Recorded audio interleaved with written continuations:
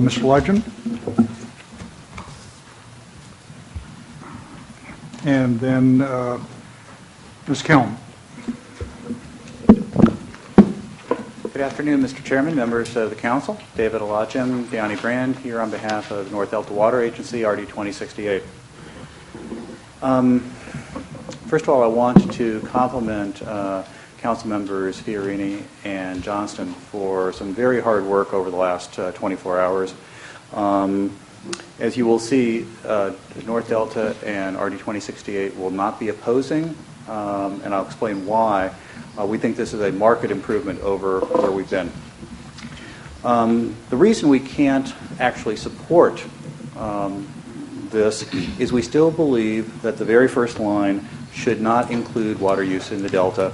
We know we have a fundamental philosophical difference there with Council, but I want to be on the record as saying that's why we're not in support of this. We believe that the rest of the policy, however, with some minor tweaks, probably gets to an acceptable or at least not objectionable resolution. And if I might, I'd like to go through those now. Third paragraph down, we still really don't understand this metric. We had an extensive discussion of it yesterday. We would recommend it be deleted because I don't see how it plays into the policy. And if we're going to go to OAL, they have to understand how all this fits together. I don't understand it, and therefore I would recommend deletion.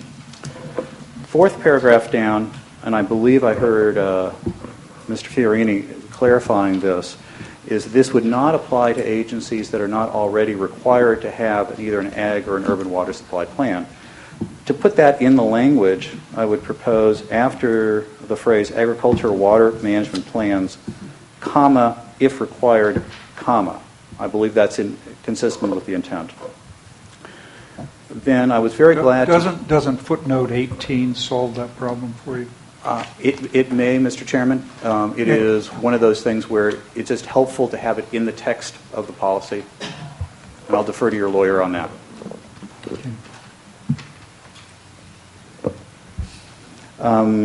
Moving on to the three numbered items in paragraph 5.